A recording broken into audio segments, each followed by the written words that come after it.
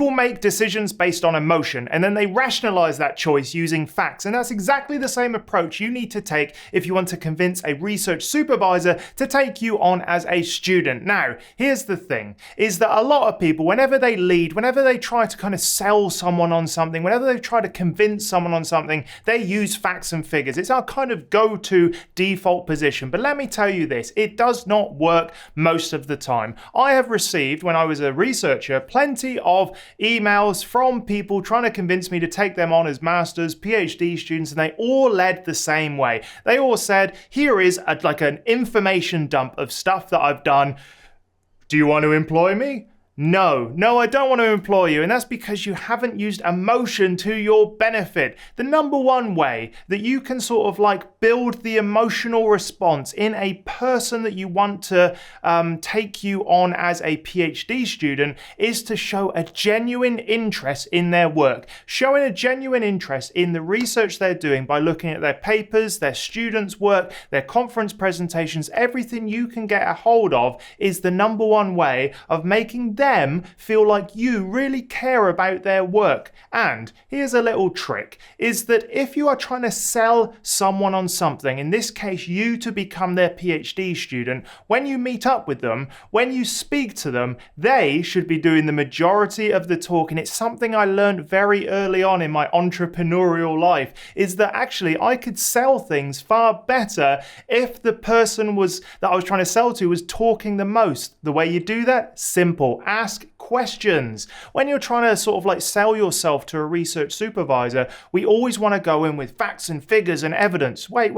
That comes way later. The first thing you want to do is start to build up a rapport. Make it seem like you really care about this research, and maybe you do really care about this research. So go in and ask questions, specific questions based on what you read about their work. They will happily talk about their research. They very rarely get to do this. An academic's life is normally paperwork and kissing the university's arse. Now, they have an opportunity to tell you about their research. We are always looking to build up an emotional response in them. So every time you get in contact, they go, this is that person I love speaking to. This video is brought to you by my newsletter. Go check it out at andrewstapleton.com.au/newsletter. The link is in the description. When you sign up, you'll get 5 emails over about 2 weeks. Everything from the tools I use, the podcasts I've been on, how to write the perfect abstract, the perfect daily schedule, and more. It's exclusive content available for free, so go sign up now.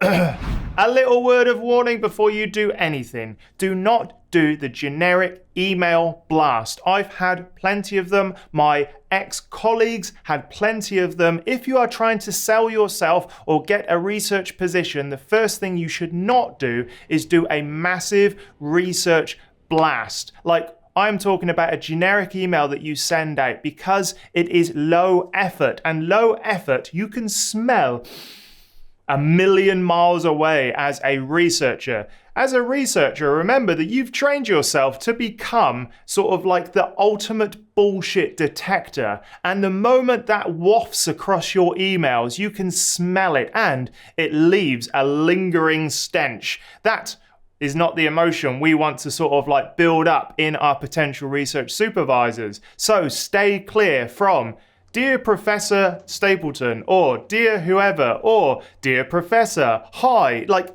just go a little bit further. If you have to reach out with email initially, go a little bit further than a generic email blast. You want to sort of like show that you have looked at their research to the point where you can name specific papers, or name specific students' work, or name specific conferences that you know you've talked to. It sounds a bit creepy, but just sort of like showing that you've gone above and beyond to really kind of like make an impact goes a huge way, because, like I said, we can smell a cheater or a low effort kind of reach out from a mile away. So don't be that person. Go deeper.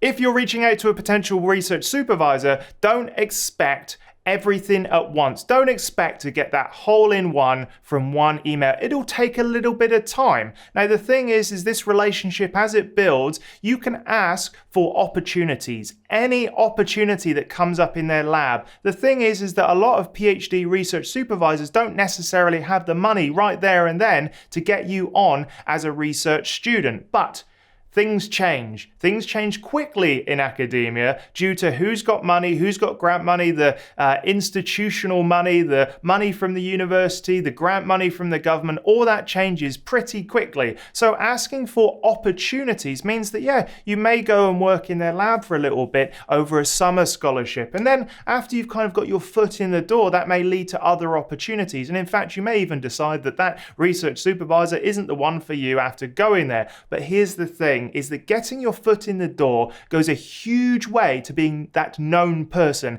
It's about the sunk cost fallacy for the research supervisor, where they've sunk effort into training you up. No matter what opportunity you've done, they've spent time training you up and they want to continue that. Why would they go with someone else if they spent a while getting you used to the lab, getting you inducted, getting you, all of the rubbish uni admin stuff, which is like a uni email address and an office and a laptop and whatever it is. So the smallest opportunity can lead to the thing that you want, which is a PhD scholarship. So do ask early once you've built up that initial emotional reaction to say, hey, are there any opportunities to work with you? And you'll be surprised. There'll be something on the horizon, almost certainly. When you reach out to your potential research supervisor, you need to understand what their biggest motivation is that you can help with.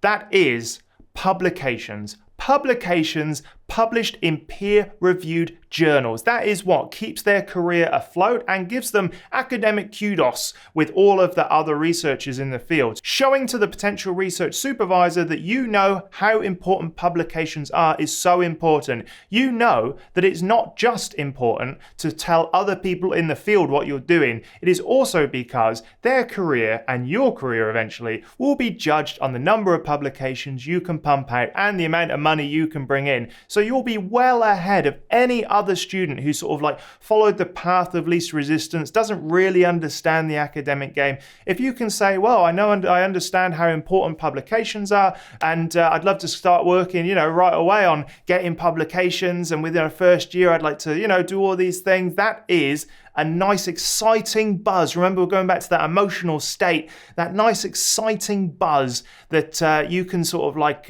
build up in the research supervisor, and you'll be well ahead if they can really understand that you know how important publications are, and you'll help them boost their career.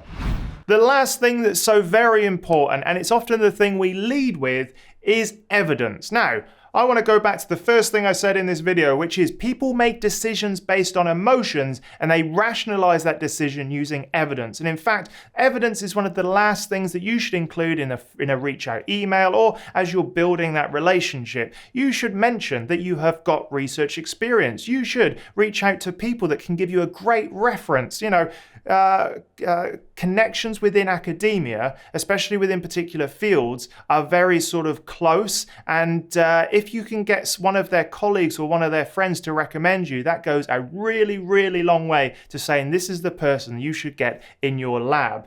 Any websites you have built. I like having a personal website. My personal website has changed. It has morphed over the years that I've had it. But in the early stages of looking for a PhD, yours may just be like a simple bio page about what you love, the sort of things you like doing, and you can tailor that to the sort of research that you want to do, and therefore the PhD research supervisor. All of this acts as evidence, acts as kind of that rational touch point, so they can back up what they felt when they first met you. Make sure that evidence is there, but don't lead with it. That is the biggest mistake I see people do, and it just puts people off because they're not interested in facts and figures. They want to feel something. They're people, believe it or not. So there we have it. That is how you sell yourself to a potential research supervisor. Let me know in the comments what you would add, and also go check out academiainsider.com. That's my project where I've got my ebooks, the Ultimate Academic Writing Toolkit, as well as the PhD Survival Guide and the Insider Forum, where we help each other become better academics. And I'll see you in the next video.